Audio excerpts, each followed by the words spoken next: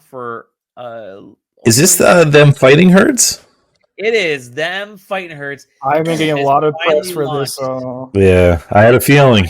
Launched. So this is based on.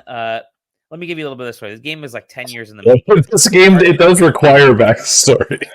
There is a backstory to this. It is 10 years in the making. It was a bunch of folks who were fans of My Little Pony. Friendship is Magic. No, said, let's make a fighting game with My Little Pony characters. So they did. They made a fighting game with My Little Pony characters, and then got the smackdown from Hasbro and said, you can't use our IP. You got to do something else. So they kind of took a step back.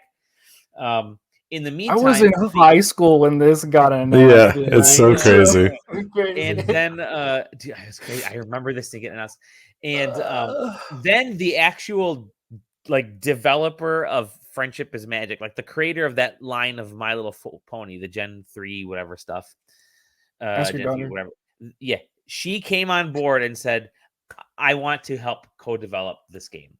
And so she essentially did artwork, wrangled up, Herds, wrangled up a team to help support them, and there you go. The game finally made its way out. They took different animals like cows and llamas and all that kind of stuff, but they're very much My Little Pony style and theme and movement and action.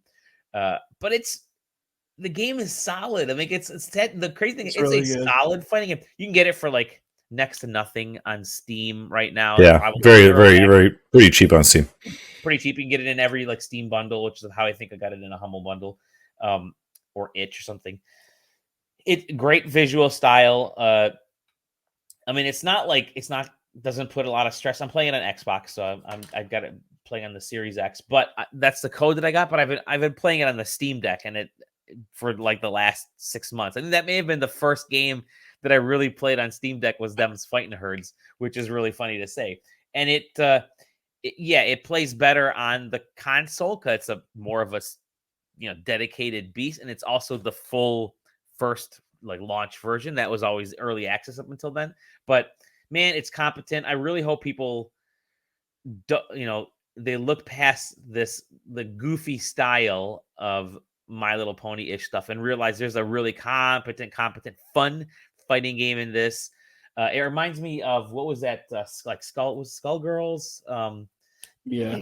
Skullgirls still has a new character coming out. Yeah, it reminds me a little bit of that. And if you're the nice thing about this is that if there's not a lot of people playing online, because there have been times where there wasn't somebody available to play online, if I'm just sitting there, because the game isn't massive yet, but there's a whole big single player campaign, which is 4-hour campaign, but it's enough to keep you playing, and it sort of teaches you the ropes, the lassos of them Fightin Herds, how to control the characters. It kind of moves around like a 16-bit RPG and the overworld type of stuff, but then a lot of the action sequences you're actually battling wolves and ghosts and stuff. So you're one-on-one battles like this, or you're using the 2D motion to kind of go over a cliff or jump over something or avoid an obstacle. So they're using that story mode to teach you the basics of how to play this game in multiplayer, which is really, really where it's at. But yeah, I really enjoy it. It's really fun, really goofy. It's really accessible from a lot of standpoints. Controls really well. It's so crazy to say. Controls really well. If you've had 10 years to put together, it better control well, and it controls well. You know what? It's just fun. It's nice to see them finally actually hit a console release, especially on Switch, because Switch feels like with many other things, a very, very good mass market target to kind of hit and for a game like this. This game could be, it could make some pretty nice, depending on what they do with DLC characters, all that kind of stuff. Could make some pretty nice waves down the line if it's marketed well, if they position it on end caps at Best Buy or whatever. But I don't think it's going to get that treatment, but I don't think no. We're Best Buy hardcore. It's a fighting game, and it's been out for 4 years on Steam. Yeah, I don't think it's gonna go anywhere. I think that it's still nice. good. I think it's nice enough that they get the Switch release, which will already put a very big dent in wherever they were. I mean, because I'm assuming they're not getting physical.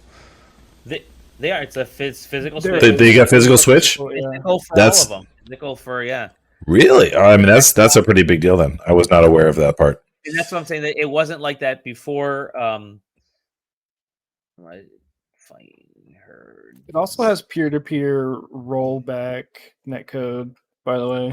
I think they did that from like day one, right? That's why people have been saying, Capcom, why do we not have rollback when this? I've got a buddy that's he's my fighting game friend.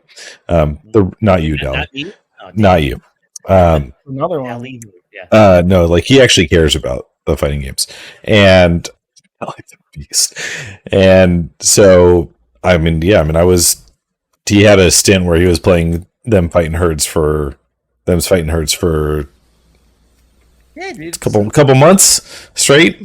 Just like, he'll just pick it up during lulls in between other games that as he waits in between releases. And yeah, it's very similar to, or in my head canon, it's very similar to Skullgirls in the sense that it's that rudimentary. It's like, we're gonna make that basic good fighting game, and the characters are, obviously they value that aesthetic to it, and the animals and the kind of the My Little Pony inspiration, but the core of it is just a rudimentary sound, well thought out fighting game with online rollback.